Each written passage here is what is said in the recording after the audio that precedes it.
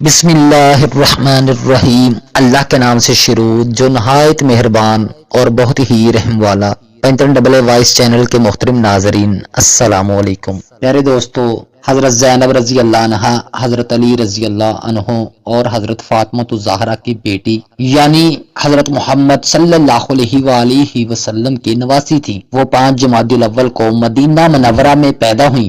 نبی کریم صلی اللہ علیہ وسلم اس وقت سفر پر تھے۔ واپسی پر حسب معمول سب سے پہلے اپنی بیٹی فاطمہ الزہرا کے گھر تشریف فرما ہوئے اہل خانہ کو سلام اور نو مولود کی مبارکباد پیش کی۔ نبی کریم صلی اللہ علیہ وسلم کو دیکھ کر سب تعظیم کے لیے کھڑے ہو گئے اور حضرت علی رضی اللہ عنہ نے بیٹی کو ماں کی آغوش سے لے کر نانا کی آغوش میں دے دیا۔ نبی کریم صلی اللہ علیہ وسلم نے ارشاد فرمایا کہ جبرائیل امین نے مجھے بتایا ہے کہ میری یہ بیٹی کربلا کے روح فرسا مصائب میں میرے حسین کے ساتھ برابر کی شریک ہوگی۔ اس کے بعد آپ نے وہاں پر موجود لوگوں سے مخاطب ہو کر ارشاد فرمایا کہ یہ میری بچی ختیجہ الکبریٰ کی ہو بہو تصویر ہے۔ پیارے دوستو، روایت میں آتا ہے کہ نبی کریم صلی اللہ علیہ وسلم نے حضرت زینب رضی اللہ عنہا کو پیار کیا اور کچھ دیر تعامل کے بعد فرمایا،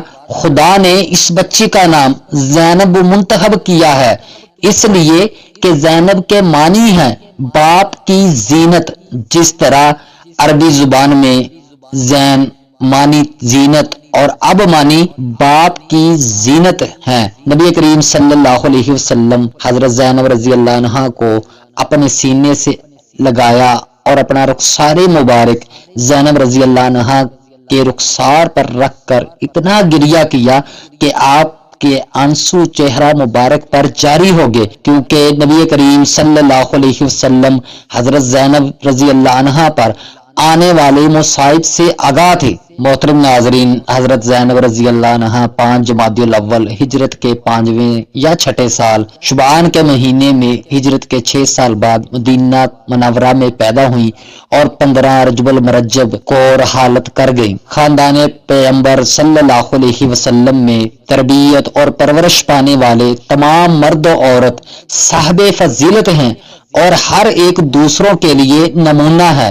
ان افراد میں سے ایک حضرت زینب رضی اللہ عنہا ہے جنہوں نے نبی کریم صلی اللہ علیہ وسلم اور حضرت علی رضی اللہ عنہ اور حضرت فاطمہ الزہرا کی آغوش میں پرورش پائی۔ ان کے فضائل اور کمالات کی بعض جھلکیاں حسب ذیل ہیں۔ پیارے دوستو، حضرت زینب سلام اللہ علیہ کی طرف سے کوفہ ابن زیاد کے دربار نیز دربار یزید میں آیات قرآنی پر استوار عالمانہ کلام و خطبات سب آپ کی علمی قوت کے ثبوت ہیں۔ آپ نے اپنے والد گرامی حضرت علی رضی اللہ عنہ اور والدہ حضرت فاطمہ الزہرا رضی اللہ عنہا سے احادیث بھی نقل کی ہیں۔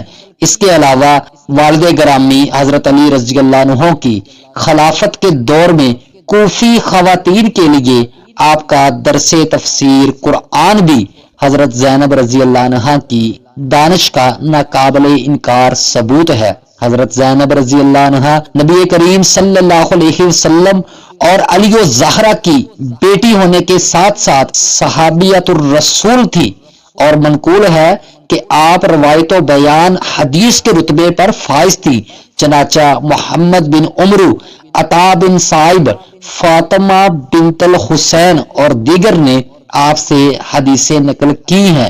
پیارے دوستو، حضرت زینب رضی اللہ عنہا کی فصاحت و بلاغت کا شاہکار ان کے خطبوں سے نظر آتا ہے، خصوصاً جو خطبہ ابن زیاد کے مجلس میں آپ نے دیا، اس سے مجلس میں بیٹھے ہوئے لوگ بھی انگشت بادندان ہوئے تھے اور یہ کہتے ہوئے نظر آ رہے تھے کہ آج علی رضی اللہ عنہ زندہ ہو کر خطبہ دے رہے ہیں۔ آپ ساخت اور بلاغت میں عرب میں مشہور تھی۔ اسی اسنا میں ایک 9 سال دیدہ مرد نے روتے ہوئے کہا، میرے ماں باپ فدا ہوں ان پر جن کے بوڑھے بہترین بوڑھے، ان کے اطفال بہترین اطفال اور ان کی خواتین بہترین خواتین اور ان کی نسل تمام نسلوں سے اعلیٰ ہے۔ حضرت زینب رضی اللہ عنہا راتوں کو عبادت کرتی تھی اور اپنی زندگی میں کبھی بھی تہجد کو ترک نہیں کیا، اس قدر عبادت پروردگار کا اہتمام کرتی تھی کہ عابدہ آل علی کہلائیں۔ آپ کی شب بیداری اور نماز شب 10 اور 11 محرم کی راتوں کو بھی ترک نہ ہوئی۔ فاطمہ بنت الحسین سلام اللہ علیہ کہتی ہیں، شب عاشوراء پھوپھی زینب رضی اللہ عنہا مسلسل محراب عبادت میں کھڑی رہی اور نماز راز و نیاز میں مصروف تھی، اور آپ کے آنسو مسلسل جاری تھے۔ خدا کے ساتھ حضرت زینب رضی اللہ عنہا کا ارتباط و اتصال کچھ ایسا تھا کہ امام حسین علیہ السلام نے روز عاشوراء آپ سے وداع کرتے ہوئے فرمایا، میری بہن نماز شب میں مجھے مت بھولنا۔ پیارے دوستو، کاروان حسینی کی مدیریت و سرپرستی واقعہ عاشوراء کے بعد آپ رضی اللہ عنہ کے ذمہ پر ہی تھی، اور امام حسین علیہ السلام نے آخری وداع میں ایسی صلاحیت کے پیش نظر اہل حرم کو آپ کے سپرد کیا تھا۔ اس بات کی شاید حضرت زینب رضی اللہ عنہ کی وہ مقامیت ہے جو حیوان و صفت دشمنوں کے مقابلے میں آپ نے کی تھی۔ جب قافلہ اسرا کوفہ پہنچا تو تماشائی جمع تھے۔ راوی نقل کرتا ہے کہ میں نے دیکھا کہ زینب رضی اللہ عنہا اس طرح خطبے دے رہی تھی گویا علی ابن ابی طالب علیہ السلام کوفے میں خطبہ دے رہے ہیں۔ آپ خطبہ دیتی جا رہی تھی اور فرماتی تھی، وائے ہو تم پر، آیا تم لوگ جانتے ہو کہ تم نے نبی کریم صلی اللہ علیہ وسلم کے جگر گوشوں کو کس طرح شہید کیا؟ کون سا عہد تم لوگوں نے توڑا اور کن خواتین کو تم لوگ بازاروں میں لے آئے ہو؟ کس حرمت کو تم نے توڑ دیا ہے؟ نزدیک ہے کہ آسمان لوگوں کے قدموں سے پھٹ جائے اور زمین میں شگاف پڑ جائے، پہاڑ ریزہ ریزہ ہو جائیں اور زمین بکھر جائے۔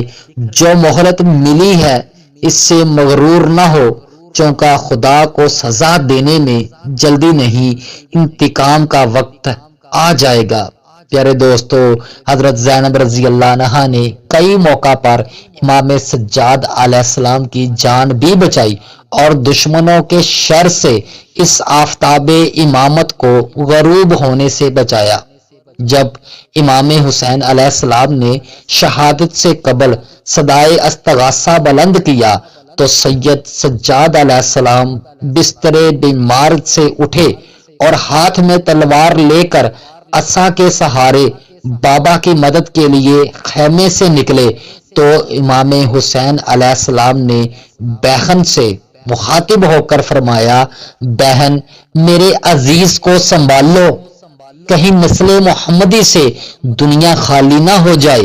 پیارے دوستو، حمید ابن مسلم روایت کرتا ہے کہ میں نے دیکھا کہ جب شمر نے سید سجاد علیہ السلام کو قتل کرنا چاہا تو زینب بنت علی بیمار کربلا پر گر گئیں اور کہا، خدا کی قسم جب تک میں شہید نہ ہو جاؤں میں اسے شہید نہیں ہونے دوں گی۔ جب اسیروں کا قافلہ ابن زیاد کے دربار میں داخل ہوا تو امام سجاد علیہ السلام اور ابن زیاد کے درمیان گفتگو ہوئی تو اس بدبخت نے امام زین العابدین کو شہید کرنا چاہا تو علی رضی اللہ عنہ کی شیر دل بیٹی نے سید سجاد علیہ السلام کو اپنے حلقہ میں لے لیا اور اس سے مخاطب ہو کر فرمایا، اے ابن زیاد بس کر، جتنا خون تم نے بہایا ہے کیا وہ کافی نہیں ہے؟ خدا کی قسم جب تک میں زندہ ہوں انہیں شہید نہیں ہونے دوں گی۔